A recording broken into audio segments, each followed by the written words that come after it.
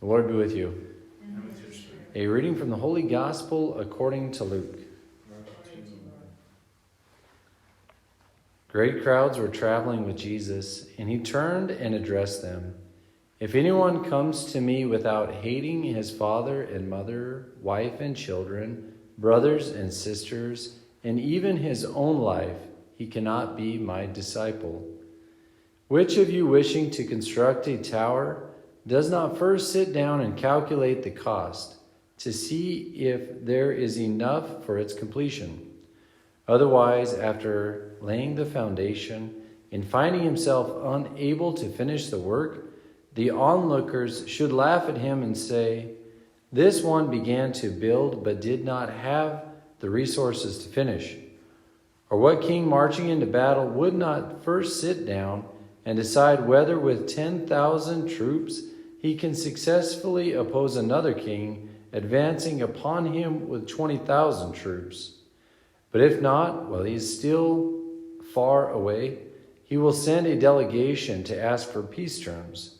In the same way, every one of you who does not renounce all his possessions cannot be my disciple. The Gospel of the Lord. Lord Jesus Christ. My first 4 years of seminary were in a Benedictine monastery, Mount Angel Seminary. And I believe it was maybe above the doorway or something into one of the guest houses. But it was one of the rules of St. Benedict that says, prefer nothing to Christ. And I'm reminded of that today with our Gospels and our Gospel and then our first reading as well. But I think that gets at the heart of our Lord's message today. Without a doubt, I mean, our Lord is using some kind of hard-hitting words, and I think we could definitely sum it up into a hyperbole.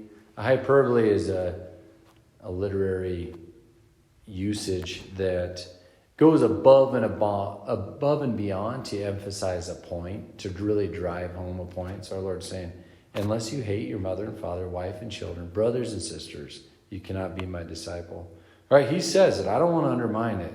But if he's saying that literally, he's kind of contradicting like the fourth commandment, honor your father and mother.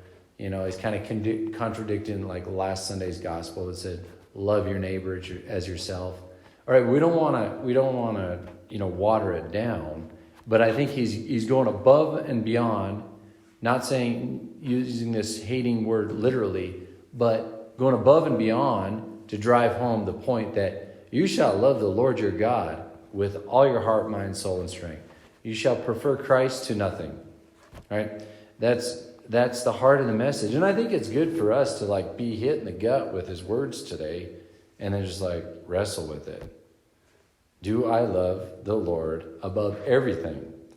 Above my mother and father, spouse, children, lands, all my possessions. Unless you renounce all your possessions, you cannot be my disciple.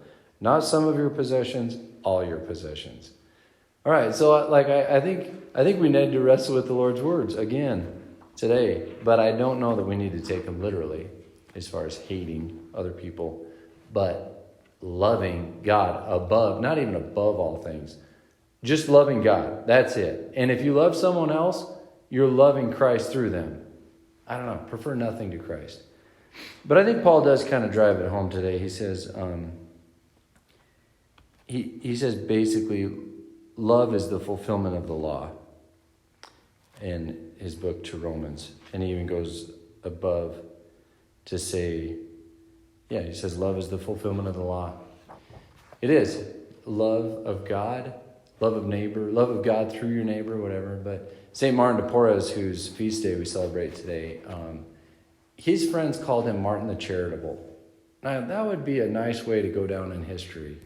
Martin the Charitable. To just be like, okay, the guy loved so much that that's how they knew him. It was the charitable one. So I think the point here is to get the ordering right. To love God, not even first and foremost, but it alone. Hear, O Israel, the Lord is your God, the Lord alone. And then if you love anything else, you're loving God through them, right? You're loving God through your spouse. You're loving God through your children.